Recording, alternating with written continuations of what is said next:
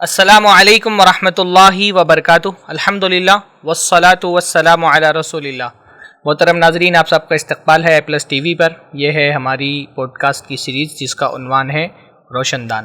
اس series میں ہم گفتگو کر رہے ہیں شیخ ثناء اللہ صادق ساگر تیمی سے مختلف موضوعات اور ان کے تجربات اور مشاہدات، اس کی روشنی میں ہم الگ الگ پہلوؤں کو ان کی زندگی کے سماج سے جوڑ کر کے ہم اس کو سمجھنے کی کوشش کر رہے ہیں۔ اپنی پچھلی پوڈ کاسٹ میں ہم نے ان سے گفتگو کی صوبہ بہار کی تعلیمی صورتحال پر، عصری تعلیم کے موضوع پر بھی گفتگو ہوئی، مدارس کے تعلیم کے موضوع پر بھی گفتگو ہوئی۔ اب ایک خاص پہلو ہے بہار میں دعوتی صورتحال کیا ہے، دعوت کا جو میدان ہے اس کی صورتحال بہار میں کیا ہے، اس پر انشاءاللہ تعالی ہم شیخ سے آج کی اس پوڈ کاسٹ میں گفتگو کریں گے۔ سب سے پہلے میں شیخ کا استقبال کرتا ہوں۔ السلام علیکم ورحمۃ اللہ وبرکاتہ۔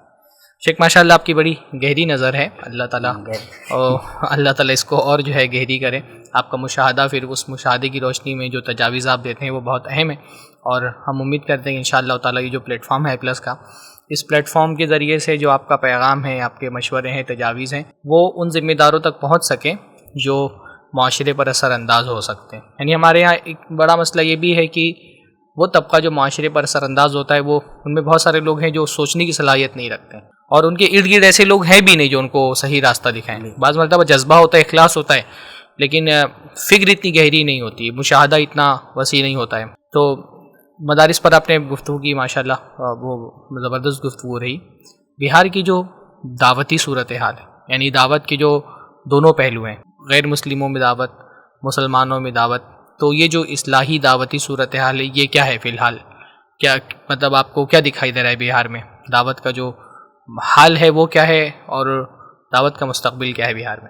بہار میں دعوت کا ماضی بہت روشن رہا ہے۔ ماضی تو ہے بالکل، ہے نا؟ یعنی جب آپ مختلف خطوں میں مختلف علماء پہ نظر دوڑائیں گے، میں جس خطے سے آتا ہوں ترہت کا علاقہ کہلاتا ہے، تو اس پورے خطے میں مولانا عبدالعزیز احمد وادی رحمۃ اللہ علیہ، اسی طرح جو سیمانچل کا ایریا ہے وہاں صادقان صادق پور کے وہ علماء، مولانا ولایت علی عنایت علی وغیرہ، ان کے شاگردان آپ کو نظر آئیں گے، اور ان کی خدمات زمین پہ دکھتی ہے۔ تو یہ جو سلسلہ ہے وہ بعد تک صادقان صادق پور کا جو سلسلہ تھا وہ مولانا عبدالسمیع جعفری تک کسی نہ کسی شکل میں وہ باقی تھا، اس کے اثرات دیہاتوں میں بھی کسی نہ کسی پیمانے پہ نظر آتے تھے۔ وہ کبھی کبھی اپنے دعات بھیج دیتے تھے، یا کم سے کم ان کا کیلنڈر پہنچ جاتا تھا۔ تو یہ ایک زندگی کی کیفیت سمجھ میں آتی تھی۔ اس طرف آ کر کے کچھ اصلاحی تحریکیں بھی اٹھیں، مولانا مطیع الرحمان صاحب چترویدی کے نام سے بزرگ جانے جاتے ہیں، تو انہوں نے ایک زمانے میں سماجی اصلاح کے لیے بھی ایک کوشش کی۔ وہ بھی مطلب ایک زمانے تک تو وہ متحرک رہے، ان کے ساتھ افراد بھی تھے، لیکن وہ زیادہ کنٹینیو نہیں کر سکے۔ مولانا کا جو سلسلہ تھا صادقان صادق پور کا، امارت اہل حدیث پٹنہ کا، وہ ان دنوں عجیب و غریب صورتحال کا شکار ہے۔ اللہ وہاں بھی وہ کوئی صورتحال پیدا کرے، نہ کوئی ادارہ اس طرح سے زندہ ہے، اور نہ وہ تنظیمی قوت ہے جو پہلے نظر آتی تھی۔ ان کی جو سیاسی حیثیت تھی وہ بھی بہت مضبوط تھی۔ مولانا عبدالسمیع جعفری تک، ان کے جو والد تھے مولانا عبدالخبیر صاحب، وہ تو مطلب آپ یوں کہہ لیں کہ سب سے بڑی شخصیت کی حیثیت رکھتے تھے اس خاص حوالے سے۔ جمعیت کے بھی جو بزرگ تھے ہمارے، وہ ان کے مشوروں کے بغیر یا ان کے حکم کے بغیر کوئی کام نہیں کرتے تھے۔ ایک تنظیمی زندگی کا جو ڈھانچہ بن سکتا تھا وہ نظر آتا تھا۔ رفتہ رفتہ یہ کمزوری وہاں انتہائی افسوسناک صورتحال سے دوچار ہے۔ پٹنہ اور اس کے مضافات کی یہ صورتحال ہے۔ اب خطوں میں اگر آپ جائیں گے، مساجد تو ہیں ان کے کنٹرول میں نا؟ ہاں ابھی بھی ہیں پٹنہ اور اس کے مضافات تو متحرک ہیں وہ مساجد میں۔ وہ اصل میں ایک تصور جو شخصیت سے جڑتا ہے، شخصیت کا جو اپنا ایک اثر ہوتا ہے، اس خاص معاملے میں وہاں پہ کیفیت بہت عجیب و غریب، اور اس لیے یہ ملت کی بہرحال ذمہ داری ہے کہ ان چیزوں پہ نظر رکھے، صورتحال کو بہتر بنانے کی جو عملی کوششیں ہو سکتی ہیں اس طرف جائے، وہاں پہ ایک مرکزی ادارہ قائم ہو۔ یہ پوری ملت کو بیٹھ کر کے سوچنا چاہیے۔ صوبائی جمعیت کے جو ذمہ داران ہیں ان کی ذمہ داری ہے کہ وہ دیکھیں کہ پانی کہاں پہ مر رہا ہے، وہاں پانی مر رہا ہے۔ آپ سے اگر آپ نے اور زیادہ غفلت برتی تو پورا خطہ آپ کے ہاتھ سے نکل جائے گا، جو کسی زمانے میں آپ کا مرکز تھا، عالمی مرکز کی حیثیت حاصل ہے اس خطے کو، اور وہ خطہ رفتہ رفتہ آپ کے ہاتھ سے نکل رہا ہے۔ پٹنہ میں اہل حدیث مسجدیں کتنی ہیں تعداد میں؟ ہیں، اچھی خاصی تعداد میں مسجدیں ہیں ماشاءاللہ، اور وہ کنٹرول میں بھی رہی ہیں، اثرات بھی رہے ہیں، لیکن وہ دن بدن جیسے کہ میں نے بتایا جیسی قوت تھی ویسی نہیں رہ گئی۔ ہاں نہیں رہی، نہ وہ انتظام اب اس مطلب لیول کا ہے جس لیول کا انتظام ہونا چاہیے۔ تو جب کیفیت ایسی ہوتی ہے، یہ کمزوری جو ہے نا آپ کو براہ راست آپ کی دعوت کو اور آپ کی جماعت کو کمزور کرتی ہے، اور اس کا ہمیں مشاہدہ ہو رہا ہے وہاں زمینی سطح پہ، اس چیز کو ہم نوٹ کر رہے ہیں۔ تو ہم یہ چاہیں گے, گزارش کرنا چاہیں گے, بلکہ مرکزی جمعیت کے ذمہ داران سے بھی, صوبائی جمعیت کے ذمہ داران سے بھی, اور علماء سے بھی, اور بھی جو اس سماج کے سمجھدار لوگ ہیں, کہ آپ اپنی اس ضرورت کو محسوس کریں. کہیں نہ کہیں یہ مجرمانہ غفلت ہے اور بعد میں اس کے نتائج بہت زیادہ خراب نظر آئیں گے. صاحبان بصیرت ابھی سے دیکھ رہے ہیں, تو اس طرف توجہ کی ضرورت ہے. جو دعوتی کوششیں زندہ رہتی اور سلسلہ چلتا, وہ کہیں نہ کہیں مجھے محسوس ہوتا ہے کہ 1930 کے بعد سے ایسا لگتا ہے کہ جیسے ہم اہل حدیثوں نے بہار میں یہ پوری بساط پلٹ کر کے رکھی. تھوڑی بہت انفرادی کوششیں ہیں. جب احمدیہ سلفیہ کو مولانا ڈاکٹر سید عبدالحفیظ صاحب دیکھ رہے تھے, تو وہ سلسلہ, وہ خطے میں آنے جانے کا ان کا سلسلہ تھا. مولانا شمس الحق سلفی کے بڑے بھائی تھے مولانا عین الحق صاحب, احمدیہ سلفیہ دربھنگہ کے فارغ تھے. اس خطے میں خاص طور سے جے نگر کا وہ علاقہ جو نیپال سے جڑتا ہے, ان خطوں میں انہوں نے دعوتی کام کیا. اور جو مولانا عبدالعزیز اموادی رحمۃ اللہ علیہ کی کوششیں تھیں, ان کوششوں کو انہوں نے دوبارہ سے زندہ کیا. ان خطوں میں گئے جہاں خاص طور سے نیپال میں مسلمان بھاری تعداد میں تھے اور دین سے بہت دور تھے. تو ان لوگوں نے, بھائیوں نے بڑی کوششیں کی الحمدللہ, اور اس کے اچھے نتائج رونما بھی ہوئے. لیکن اس طرف آ کر کے جو دعوتی کوشش ہے, جو منظم کوشش ہونی چاہیے, وہ کوئی کوشش مجھے ذاتی طور پہ نظر نہیں آتی. کبھی کبھی کوئی بندہ بیچارہ اٹھتا ہے, اپنے طور پہ اس کو لگتا ہے کہ یہ کام کرنا چاہیے, اور خاص طور سے وہ بندے جو سعودی عرب جاتے ہیں کام کرنے کے لیے, وہاں جالیات کے زیر اثر الحمدللہ حق قبول کرتے ہیں, تو ان کو لگتا ہے کہ جو کام وہاں پہ ہو رہا تھا وہ کام یہاں پہ ہونا چاہیے. کچھ طلبہ جوش میں آتے ہیں یونیورسٹیز وغیرہ کے, جن کا وہ مدارس کا بیک گراؤنڈ وہ نہیں رکھتے, وہ اٹھتے ہیں ماشاءاللہ اور ایک قلم بلند کرتے ہیں. لیکن جو امپیکٹ اب تک بہار کی سرزمین پہ پڑنا چاہیے, وہ اثر ہمیں دیکھنے کو نہیں مل رہا ہے. جس طرح کی منظم کوششیں ہونی چاہیے وہ نہیں ہو رہی ہیں. یہ کہیں نہ کہیں ایک قسم کا خلا ہے.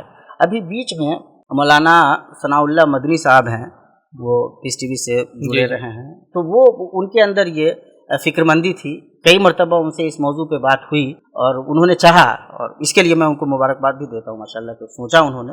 ان کا یہ احساس تھا کہ ہمارے علماء مختلف خطوں میں جا کر کے کام کر رہے ہیں اور ہمارا خطہ محروم ہے. تو یہ جو محرومی کا احساس ہے, یہ مشترکہ احساس ہے ہمارا. مطلب ثناء اللہ صادق تیمی بھی وہی محسوس کر رہا ہے جو ثناء اللہ مدنی محسوس کر رہے تھے. ہم نے اس سلسلے میں تھوڑی بہت بات بھی کی, لیکن عملی سطح پہ اس کو اتارنے میں ہم ابھی پوری طرح کیا کسی بھی طرح کامیاب نہیں رہے ہیں. اور اس خصوصی حوالے سے اور جو دوسرے علماء ہیں ان کو سوچنے کی ضرورت. اچھا, کیونکہ آپ بتا رہے ہیں کہ وہ امپیکٹ جو ہونا چاہیے وہ نہیں ہے, تو زمینی سطح پر جو عوام ہے ان کا دینی معیار کیا ہے؟ مطلب دینی معیار سے میری مراد یہ ہے کہ دین کا علم کتنا ہے, دین پر عمل کتنا ہے, اور مطلب اب دین سے دوری کی وجہ سے جو اثرات ہو سکتے ہیں جاہلیت کے, وہ کس قسم کے ہیں؟ مطلب دینی لیول کیا ہے لوگوں کا؟ وہ قومی مسلمان ہیں. تو قومی مسلمان کا مطلب یہ ہے کہ مطلب غیر مسلمانوں کے مقابلے میں جو مسلمان ہونے کا جوش ہے وہ ان کے یہاں ہے. اور جب تربیت نہیں ہے, ان کا جو انسلاق علماء سے ہونا چاہیے, اور اس کی وجہ سے ان کی زندگیوں میں جو ناہمواریاں تھیں وہ ختم ہوتی, جو معلومات باضابطہ ان کے پاس ہوتی, جو تربیت ان کی ہو جاتی, وہ نہیں ہے. اس کی وجہ سے جو پریشانیاں ہو سکتی ہیں, ان کی شخصیت سے جڑ سکتی ہیں, وہ پریشانیاں باضابطہ نظر آتی ہیں. اب دیکھیے ہمارے یہاں, بلکہ آپ ہی نے ایک موقع سے لکھا تھا, اچھا لکھا تھا, کہ ہم نے یہ ساری ذمہ داری خطبہ کے ذمہ کر دی ہے کہ آپ ہی ہمارے عوام کی تربیت کریں. اور خطبہ, میرا ماننا یہ ہے کہ شاعر اور خطیب وہ آپ کو عمل پہ ابھارتا ہے, جوش دلاتا ہے. وہ آپ کی تربیت نہیں کر سکتا, نہ یہ اس کا کام ہے, اور نہ وہ بیچارہ یہ کام کر سکتا ہے. وہ جوش دلا دے گا آپ کو. اس جوش کو کس طرح علماء پھر اپنے کام میں لاتے ہیں, یہ بہت معنی رکھتا ہے. بہار کے پورے خطے میں بڑے بڑے جلسے ہوتے ہیں, بڑے بڑے مقررین ماشاءاللہ قومی سطح کے وہ لوگ جو بڑی حیثیت رکھتے ہیں, وہ آتے ہیں, رات بھر تقریریں کرتے ہیں, لوگوں کو جوش میں لا دیتے ہیں. اس جوش سے فائدہ اٹھانے کے لیے وہاں زمین پہ علماء نہیں ہے. ان کا اور عوام کا جو تعلق ہونا چاہیے وہ نہیں ہے. نتیجہ یہ ہے کہ ان کے پاس جو معلومات ہے, وہ معلومات بنیادی حقائق سے جب آپ ریلیٹ کر کے دیکھیں گے تو آپ کو صفر نظر آئے گا. وہ نماز پڑھنے کا طریقہ ایک بندہ صحیح طریقے سے آپ کو بتا سکے, یہ بڑا مشکل ہے. جلسے میں جائے گا وہ, ہاں, لیکن وہ جلسے میں جاتا ہے, اس کو مزہ آ رہا ہے, اس کو لگ رہا ہے کہ ہم دین کا کام کر رہے ہیں یا دین سیکھنے جا رہے ہیں, اور اس کو لے کر کے جو ایک جوش ہے وہ جوش آپ کو نظر آئے گا. چونکہ ہمارے جلسوں میں عام طور پر جو اہل حدیثوں کے جلسے ہیں ان میں توحید پہ بات ہوتی ہے, بہت شدت سے ہوتی ہے ماشاءاللہ, سنت کی اہمیت بیان کی جاتی ہے. یہ جو نظریاتی اساس ہے, یہ خطبہ ان کے اندر ڈالنے میں کامیاب ہے, اس لیے یہ لوگ آپ کو نظریاتی طور پہ کمزور نظر نہیں آئیں گے. فکری گمراہیاں, اعتقادی منہجی گمراہیاں نہیں ہوں گی عام طور سے. لیکن جو عملی کوتاہی ہے وہ انتہائی درجے میں خطرناک ہے. اور میں مطلب پریشان ہو جاتا ہوں کہ ایک بندہ جو اتنی اچھی تقریر کر دیتا ہے, وہ بہت سارے لوگ آپ کو ملیں گے ہمارے یہاں جو ججی صاحب کی ان کو تقریر پوری یاد ہے، میراج ربانی صاحب کی تقریریں یاد ہے، کئی تقریریں یاد ہیں، لیکن ان کو نماز سے کوئی مطلب نہیں ہے، اسی جوش سے وہ پھر مطلب بحث و مباحثہ بھی آپ سے کر لیں گے، کبھی کبھی تو آپ کو مطلب شاید وہ گفتگو کریں تو ان کی تقریروں کی روشنی میں آپ کو پراجت بھی کر دیں، یہ مطلب کوالٹی ان کی ہے۔ تو چونکہ ہم نے یعنی علماء کو جو ذمہ داری ادا کرنی تھی دعات کو، وہ جو آپ کو ٹائم لگانا تھا، ان کے ساتھ کبھی بیٹھنا تھا، مسجد کو جو مرکز بنانا تھا ہے نا، کبھی گشت کرنے کے لیے نکل جانا تھا، یہ جو سلسلہ ہے کہ عوام اور علماء کا وہ رشتہ بنے، وہ رشتہ نہیں ہے۔ یہ لوگ بیچارے مطلب ان کے حوالے ہم نے کیا اور انہوں نے ان کا جو ذہن بنایا وہ بنا دیا۔ خطبہ میں بہت کلیئر بتا رہا ہوں شیخ، یہ نہ ان کی ذمہ داری ہے نہ یہ ان کے بس کا کام ہے کہ وہ تربیت کریں گے۔ تربیت تو ایک تسلسل کے ساتھ کیا جانے والا عمل ہے نا، وہ ایک گھنٹہ آدھے گھنٹے کا کام نہیں ہے تربیت، تو وہ آپ کے پاس نہیں ہے۔ وہ ہمارے پورے بہار میں کہیں یہ نظام نہیں ہے کہ تربیت کرنے والے علماء موجود ہوں، دعات موجود ہوں جو زمین پہ ہوں، اور لوگوں کو لگے کہ ہاں اس معاملے میں ہم وہاں جا سکتے ہیں۔ جو روحانیت ہوتی ہے، دیندار عالم ہے، ایک جو دینداری کا تصور، تقوی پرہیزگاری کا تصور بنتا ہے، ایک عام آدمی کو لگنا چاہیے نا کہ ایک عالم دین سے جب جا کر کے ملیں گے کہ ایک دوسرے قسم کا سکون ملے گا، یہ خلا ہے، دور تک ایسا محسوس ہوتا ہے۔ اس لیے کبھی کبھی یہ ڈر بھی لگتا ہے کہ جو دوسرے طبقات میں بظاہر پارسائی ہے وہ پارسائی ان کو دھوکے میں نہ ڈال دے۔ صحیح ہے۔ تو اس خاص حوالے سے اہل بہار کو بہت محنت کرنے کی ضرورت ہے، علماء کو خاص طور سے۔ سماجی جو رسوم روایات ہیں، کیونکہ علماء سے دوری ہے، دین سے دوری ہے، دین کا علم نہیں ہے، تو جو سماجی رسوم روایات، شادی، جہیز، بارات، دوسری چیزیں، اس پر بھی اثر ہوگا یقینی دین سے دوری کا۔ اس معاملے میں اب جیسے میں نے بتایا شیخ آپ کو، تربیت نہیں ہوئی ہے، تو جب ہم سماجی جو چیزیں ہیں، ثقافت کا جو مطلب وہ روایات جو ثقافت کا حصہ ہیں، ان کو ریئیکٹ جب کرتے ہیں ان کے خلاف، تو وہ بالکل پرجوش ریئیکشن ہے نا، یہ حرام ہے، یہ جائز نہیں ہے، تو یہ ریئیکشن تو ہے، لیکن وہ چیز اسی طرح سے قائم ہے۔ سماج سے علماء کے انسلاک کا جو فائدہ ہوتا ہے وہ یہ ہوتا ہے کہ خرابیاں رفتہ رفتہ دور ہو جاتی ہیں، ان میں جو اچھی روایتیں ہوں گی وہ رہ جائیں گی، اور جو بری روایتیں ہوں گی علماء اپنی سمجھداریوں کی روشنی میں بار بار حسب ضرورت ہدایتوں کی روشنی میں کبھی عملی اقدامات کر کے ان کو ختم کرتے ہیں۔ یہ جو رشتہ ہے علماء اور عوام کا وہ اس طرح سے مضبوط ہے ہی نہیں، اس لیے وہ ساری چیزیں جن پہ علماء کہتے ہیں کہ یہ جائز نہیں ہے، حرام ہے، وہ فتویٰ تو داغتے ہیں، لیکن ان کو عملاً کیسے ختم کیا جائے گا یا اس کی شکلیں کیا ہوں گی اس طرف وہ نہیں جاتے۔ اس لیے فتوے ہیں، مضبوط فتوے، بڑی پرجوش تقریریں ہیں، لیکن جو سماجی صورتحال ہے وہ جوں کی توں برقرار ہے۔ مثال کے طور پر آپ اگر تحریک شہیدین سے جوڑ کر کے دیکھیے، اور ہمیں جوڑنا چاہیے، ہمارا بہرحال وہ جو رشتہ بنتا ہے وہ اس تحریک سے بہت مضبوط رشتہ بنتا ہے۔ انہوں نے جب نکاح بیوگان کے بارے میں سوچا تو محنت کی تو گھر سے شروعات کر دی، جو سماجی برائیوں کو ختم کرنے کا جب انہوں نے پلان کیا، باضابطہ ان کا شعور جب یہ بیدار ہوا، اس شعور کو انہوں نے زمین پہ اتارنے کے لیے قربانیاں دیں۔ ہمارے یہاں خطیبوں کو قربانی دینے کی ضرورت محسوس نہیں ہوتی، اور سچی بات کوئی تحریک لے کر چلتا ہی نہیں ہے، نہیں بالکل نہیں، وقتی موٹیویشن ہوتا ہے، اور خطیب کا یہ کام بھی اصلا نہیں ہے شیخ۔ ہم ان سے یہ جو توقع باندھتے ہیں، اب دیکھیے خطیبوں کی بھی عملی پہ ہم گفتگو کرتے ہیں، مجھے لگتا ہے ہر زمانے میں اگر آپ لٹریچر پہ نظر رکھیں گے تو جو لوگ وعاظ رہے ہیں اور لوگوں کو رولا بھراتے تھے، ہنسا بھراتے تھے، ان کے بارے میں جو معتبر علماء رہے ہیں ان کی رائے بہت اچھی نہیں رہی۔ تو یہ سمجھنا بہت ضروری ہے کہ جو پریشانی ہے وہ خطبہ کی کم، علماء کی زیادہ ہے۔ ہم نے اپنی ذمہ داریاں ادا نہیں کی ہیں۔ دعوتی سطح پہ زمین سے جڑ کر کے جو کام ہونا چاہیے تھا، آپ جب اس معاشرے کا باضابطہ حصہ نہیں ہیں، پرجوش ہیں، اور پورا جو سماج ہے نا وہ ان لوگوں کے ہاتھ میں ہے جو دیندار نہیں ہے، وہ طے کرتا ہے کہ سماج کیسے چلے گا۔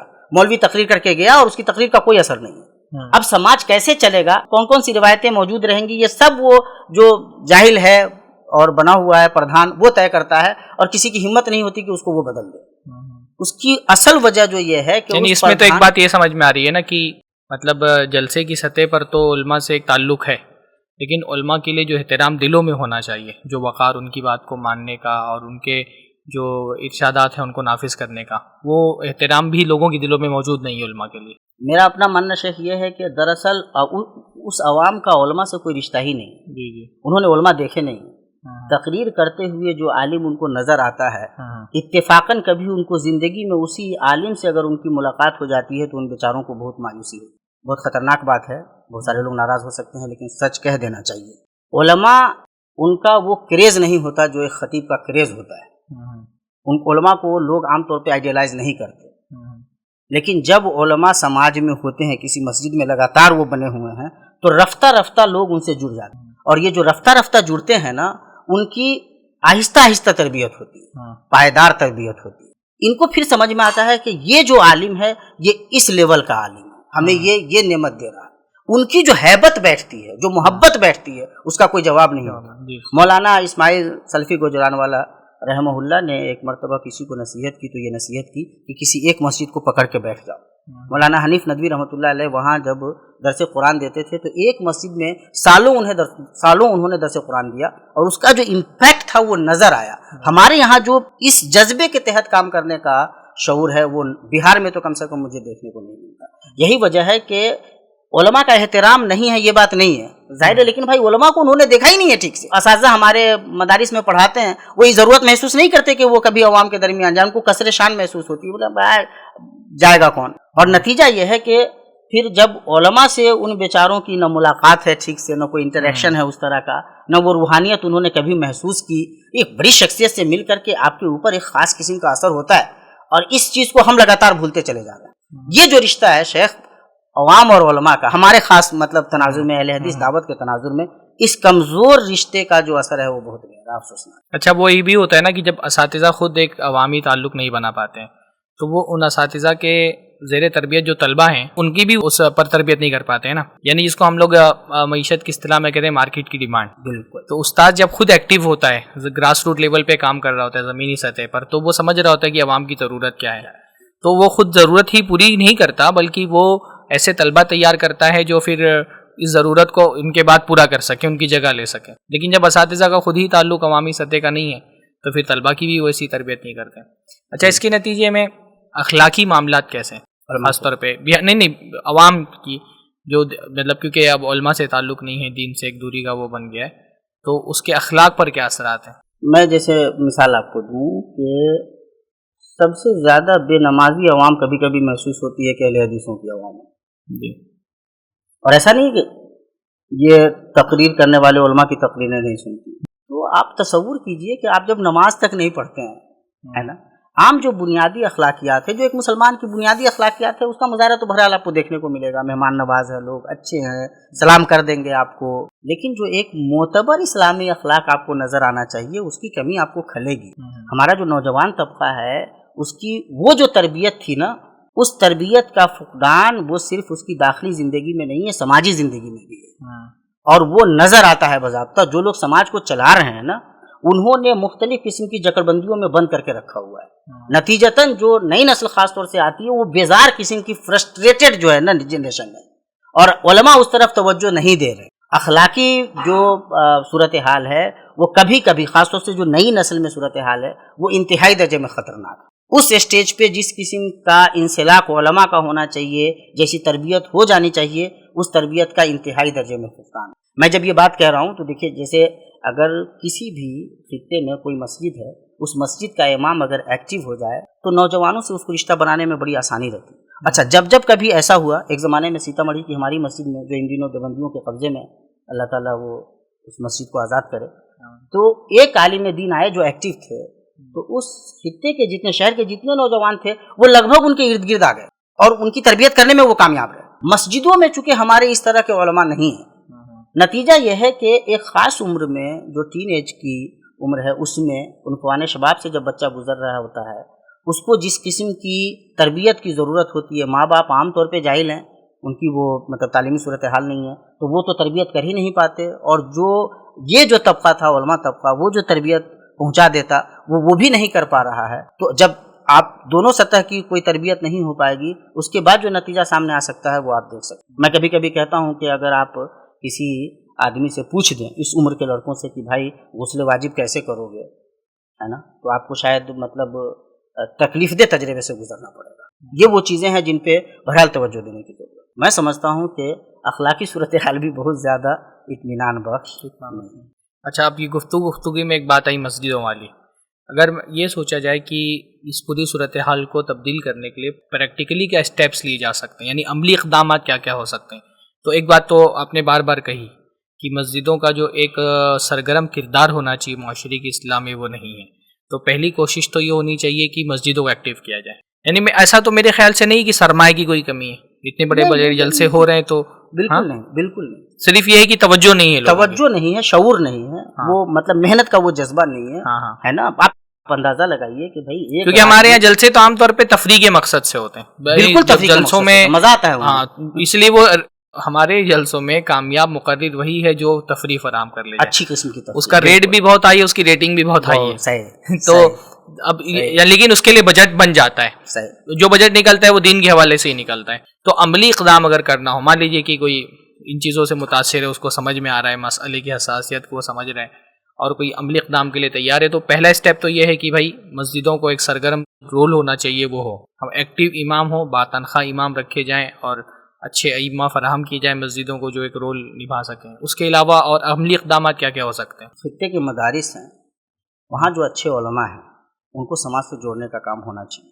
ذمہ داران مدارس کی یہ بھی ذمہ داری ہے کہ ہفتے میں 2 دن مختلف خطوں کو ٹارگیٹ کر کے باضابطہ آپ اپنے علماء کو بھیجیے اور تھوڑی ان کی تشجیح بھی کیجیے کہ بھائی ذرا اس خطے کو دیکھ لیجیے، وہاں کہاں کیا کیا ضرورتیں ہیں، کبھی جائیے لوگوں سے مل لیجیے، کبھی خود بھی چلے جائیے، جو پرانا ماڈل تھا ہمارا. جی بالکل، اور وہ آپ یقین جان لیجیے شیخ کہ یہ سب سے کارگر تھا، آج بھی ہے اور کل بھی رہے گا. اس معاملے میں آپ جتنے کمزور ثابت ہوں گے، آپ کی دعوتی سرگرمیاں اس معاملے میں جتنی کمزور ہوں گی، نتائج اتنے زیادہ خراب آپ کو دیکھنے کو ملیں گے، معاشرہ اتنا ہی زیادہ خراب ہوگا، آپ کے ہاتھ سے نکلتا چلا جائے گا. یہ خرابیاں چونکہ ہیں تو سب سے اچھا طریقہ جو ہے مساجد کے بعد کہ مدارس کے جو اچھے اساتذہ، ان میں بھی جو لائق فائق لوگ ہیں، علماء ہیں باضابطہ، ان کو وہ رشتہ جوڑنا چاہیے. مادی خوشحالی کبھی کبھی عالم دین کو سماج سے بے نیاز کر دیتی ہے، اور عالم کا اس حد تک بے نیاز ہونا بہرحال خطرناک ہے. یعنی یہ ہوا ہے کہ ماشاءاللہ علماء میں بھی خوشحالی آئی ہے، لیکن اس خوشحالی کا لازمی نتیجہ یہ ہو کہ آپ کو اب سماج سے مطلب نہیں رہے، تو یہ بڑی خطرناک صورتحال ہے. ہونا تو یہ چاہیے تھا کہ اب الحمدللہ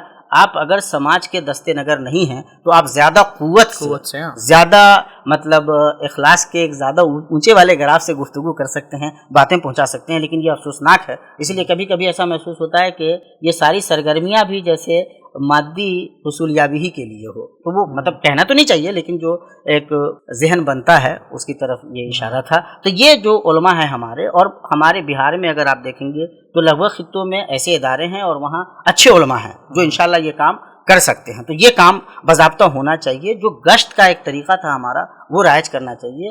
اور جو ضلعی جمعیتیں ہیں ہماری، مقامی جمعیتیں ہیں، ان کی ذمہ داری ہے کہ وہ ایکٹیو ہوں. وہ صرف تب ایکٹیو ہوتی ہیں جب ووٹ کرنا ہوتا ہے اور جب ان کو اپنے ذمہ داران منتخب، یعنی مساجد اور مدارس کے بعد جمعیتیں ایکٹیو، یقینی طور پر یہ ان کی ذمہ داری بھی ہے. اور کسی زمانے میں جب دعوتی سرگرمیاں زوروں پہ تھی تو سب سے اہم کردار مقامی جمعیتیں ادا کرتی تھیں. ہمارے بہار میں بھی اچھا جو ان کے ریکارڈز ہیں وہ بتاتے ہیں کہ وہ لوگ بہت ایکٹیو تھے، اور اس سے جو جماعتی رشتہ تھا وہ بھی بہت مضبوط تھا. ایک ایک گاؤں کو میں اس طرح کی ذمہ داریاں بھی لکھی ہوئی ہیں نا، دستور لوگ پڑھتے نہیں ہیں، مطلب مقامی جمعیتوں کی ذمہ داری اس طرح کی لکھی ہوئی کہ دعوتی رول میں کیا ان کو ادا کرنا ہے. بالکل. اور وہ مطلب زمینی سطح پہ بھی یہ کام ہوتا تھا. جیسے میں جب اپنے گاؤں کی تاریخ پڑھتا ہوں اس خصوصی حوالے سے، تو ہمیں پتہ ہے کہ بقیہ دوسری بستیوں میں کون کون لوگ ذمہ دار ہیں، کن سے کس طرح سے رابطہ رکھنا ہے، کب کب کہاں کون کون کام ہوگا. یہ ساری چیزیں تھیں. رفتہ رفتہ جیسے جمعیت تو مر گئی، اور نتیجتاً علماء کا جو رشتہ تھا وہ جب ختم ہوا تو جو سماج ہے وہ بھی اس خاص حوالے سے جیسے لگ بھگ مر گیا. اگر ہم زندہ کرنا چاہتے ہیں تو یہ ماڈل ہمارے پاس پہلے سے رہے ہیں. آج ماشاءاللہ چونکہ اور بھی ٹیکنالوجیکلی ہم بہت ایکٹیو ہوئے ہیں، آگے آ گئے ہیں، تو اور زیادہ بہتر طریقے سے ہم لوگوں کو جوڑ سکتے ہیں. خواتین کے لیے بھی پروگرامز سوشل میڈیا کر سکتے ہیں، سوشل میڈیا کو بہت اچھا بہتر انداز میں استعمال کر سکتے ہیں. تو بہرحال اگر یہ شعور پیدا ہو جائے نا شیخ، تو راستے آپ نکالیں گے. اگر یہ شعور ہی نہیں پیدا ہو پا رہا ہے، افسوسناک بات یہ ہے کمیونیکیشن کا گیپ ہے عوام اور علماء میں، رشتہ ہی کمزور ہے. تو پھر کمیونیکیشن اس طرح سے نا کہ جیسے شہروں میں بعض مرتبہ ایسا ہوتا ہے، شہر میں یہ ہو رہا ہے کہ یو پی سے بہار سے الگ الگ خطوں سے ائمہ آ رہے ہیں، ائمہ کی جو زبان ہے وہ عوام کی زبان نہیں ہے، تو اس کی وجہ سے ایک کمیونیکیشن گیپ پیدا ہو جاتا ہے. میں نہیں سمجھتا کہ ہمارے یہاں بہار میں ایسا مسئلہ نہیں، یہ مسئلہ نہیں. عام طور پہ اصل میں یہ تو ہے کہ ہمارے یہاں واضح و نصیحت کی جو زبان ہے وہ اردو ہے، لیکن وہ اردو ہے جو ہماری عوام سمجھتی ہے ماشاءاللہ. یہ مسئلہ کمیونیکیشن گیپ کا مسئلہ نہیں ہے، رشتے کا مسئلہ ہے، علماء کی اویلیبلٹی کا مسئلہ ہے. متوفر نہیں ہے علماء، عوام کو میسر نہیں ہے. وہ اپنی علمی سرگرمیوں کے خول میں خود کو بند کیا ہوا ہے، مطلب اپنے خاص قسم کے ایک علمی جو ایک خول ہو سکتا ہے اس میں بند ہے. ایک خاص قسم کا جو ایک غرور ہو سکتا ہے اس دھوکے میں ہیں وہ، اور وہ مست ہیں. ان کو اس سے مطلب نہیں ہے کہ جو لوگ ہیں ان بیچاروں کی کیا صورت ہے؟ حالانکہ انبیاء کا جو کام ہے، صحابہ کرام کے جو دعوتی کام ہے، وہ تو بہت زمینی سطح کا ہے یقینی طور پہ ہمارے یہاں جو لوگ ہیں نا، وہ کوئی علمی فکری کام کرنے کو، عوام سے دور رہنے کو اپنے لیے وقار سمجھتے ہیں. لیکن جب صحابہ کرام کی زندگی ہم دیکھتے ہیں، حضرت عبداللہ ابن عباس وغیرہ کے بارے میں آتا ہے کہ اثر بعد وہ دیہاتوں میں چلے جاتے تھے، لوگوں کو ایک ایک آدمی کو پکڑ کے قرآن سکھاتے تھے. خود اللہ کے نبی صلی اللہ علیہ وسلم جو ہے وہ ایک بہت نیچے سطح پر جا کر کے لوگوں سے کمیونیکیٹ کرتے تھے، بازاروں میں جا کر ملتے تھے. ہاں، لیکن اب ہم نے وہ جو ہے نا اللہ کے نبی کی سنت جو دعوت کی ہے اس کو ہم نے نظر انداز کر دیا. تو یعنی گفتگو خلاصہ یہ ہوا کہ مسجدوں کو سرگرم رول ادا کرنا چاہیے اور عوام کو بھی اس پر ابھارنا چاہیے کہ بھئی مسجدوں کو آباد کرو. جو جلسوں پہ ایک فائنینشلی ایک ہم خرچ کر رہے ہیں تو وہ خرچ مسجدوں کی طرف آئیں. اچھا یہ بھی ہے نا کہ جب مسجدوں میں جو امام ہے، امام کا جو منصب ہے اس کو ایسا کریئر بنا دیا جائے کہ جو مدرسے سے نکلنے والا طالب علم ہے وہ سوچے کہ مجھے امام بننا ہے، اس میں اپنا کریئر بنانا ہے. بالکل ماشاءاللہ. جب ہم مطلب تنخواہوں کے حساب سے بلکہ ایک دم معیشت کو بالکل نظر انداز بھی نہیں کر سکتے نا. آج کے دور میں تو مطلب یہ توقع کرنا کہ مدارس کے جو فارغین ہیں وہ پیٹ پر پتھر باندھ کے کام کریں گے تو یہ تو ہو نہیں سکتا ہے. کسی زمانے میں بھی مشکل تھا. ہاں، تو مدارس کو ایکٹیو کیا جائے، مساجد کو ایکٹیو کیا جائے، جمعیتیں ایکٹیو ہوں، سوشل میڈیا جو دیگر پلیٹ فارمز ہیں ان کو کام میں لایا جائے. یعنی یہ ایک طرح سے ایک خطہ اپنے بنا کر کے دے دیا ہے چھوٹا سا، جو لوگ کام کرنا چاہیں وہ اس کے خطے کی جو ہے رہنمائی میں کام کر سکتے ہیں. خاص طور سے اگر وہ مساجد میں اچھے امام متعین کر لیں. ہاں. اور جیسے آپ نے کہا ایک زمانے میں ہم نے لکھا کہ بھائی آج سے 5-7 سال پہلے کی بات ہے کہ 30,000 روپے سے کم امام کو نہیں ملنا چاہیے. اچھا یہ مزدور بھی آج کے دور میں تو بیسک ہو گیا، یہ مزدور بھی اتنا پیسہ کماتا ہے. یعنی ہم اپنے رہنما کو مزدور سے بھی بدتر سمجھتے ہیں. تو بھائی آپ تصور کیجئے جس رہنما کو آپ نے مزدور سے بدتر سمجھا ہوا ہے وہ بیچارہ کیا خاک رہنمائی فراہم کرے گا. جزاکم اللہ خیر. بارک اللہ فیکم. محترم ناظرین، بڑی ہی دلچسپ اور بڑی ہی گہری گفتگو ہوئی ہے. میں پھر سے یہی بات کہوں گا کہ کیونکہ شیخ کا تعلق صوبہ بہار سے ہے تو ہم خاص طور پہ گفتگو کے پس منظر میں صوبہ بہار کو رکھتے ہیں. لیکن شیخ نے جو روشنی ڈالی ہے جو صورتحال پر، وہ صرف اکیلے ایک صوبے کا مسئلہ نہیں ہے. یہ تقریباً جو صورتحال پر روشنی ڈالی گئی ہے یہ پورے ہندوستان کا مسئلہ ہے. خاص طور پہ جو ہندوستان کے دیہاتی علاقے ہیں، جو رورل ایریاز ہیں، ان سب جگہوں پر یہی مسئلہ ہے. اور بہت ایک اچھا کام کرنے کی ترتیب بھی شیخ نے بتائی. مساجد، مدارس اور ہماری جمعیتیں، ہماری تنظیم، اس کو ایکٹیو کیا جائے تو انشاءاللہ تعالیٰ جو گراس روٹ لیول پر، زمینی سطح پر جو دعوتی کام ہونا چاہیے، جو تربیت کا کام ہونا چاہیے اور اس کے ذریعے سے علماء اور عوام کے درمیان جو رابطہ ہونا چاہیے، اس رابطے کو استوار کیا جا سکتا ہے. اور بھی بہت سارے گفتگو کے پہلو ہیں جن سے ابھی انشاءاللہ تعالیٰ ہم شیخ سے بات کریں گے. ابھی شیخ کی شخصیت کا ایک پہلو ہے، آپ شاعر بھی ہیں تو ادب اور شاعری اس حوالے سے بھی انشاءاللہ گفتگو ہوگی. پھر شیخ جو ہے وہ سعودی عرب میں بھی رہ رہے ہیں، خدمات انجام دے رہے ہیں، تو سعودی عرب میں رہنے کا آپ کیا تجربہ ہے، وہاں جو تبدیلیاں آ رہی ہیں اس کے بارے میں شیخ کی کیا رائے ہے. ایسے ہی بہت سارے گفتگو کے اور بھی موضوعات ہیں جس پر ہم انشاءاللہ تعالیٰ شیخ سے گفتگو کریں گے آئندہ ہماری ایپیسوڈز میں. فی الحال یہاں پر وہ ختم ہوا ہے تو ہم آپ سے اجازت چاہتے ہیں. السلام علیکم ورحمۃ اللہ وبرکاتہ.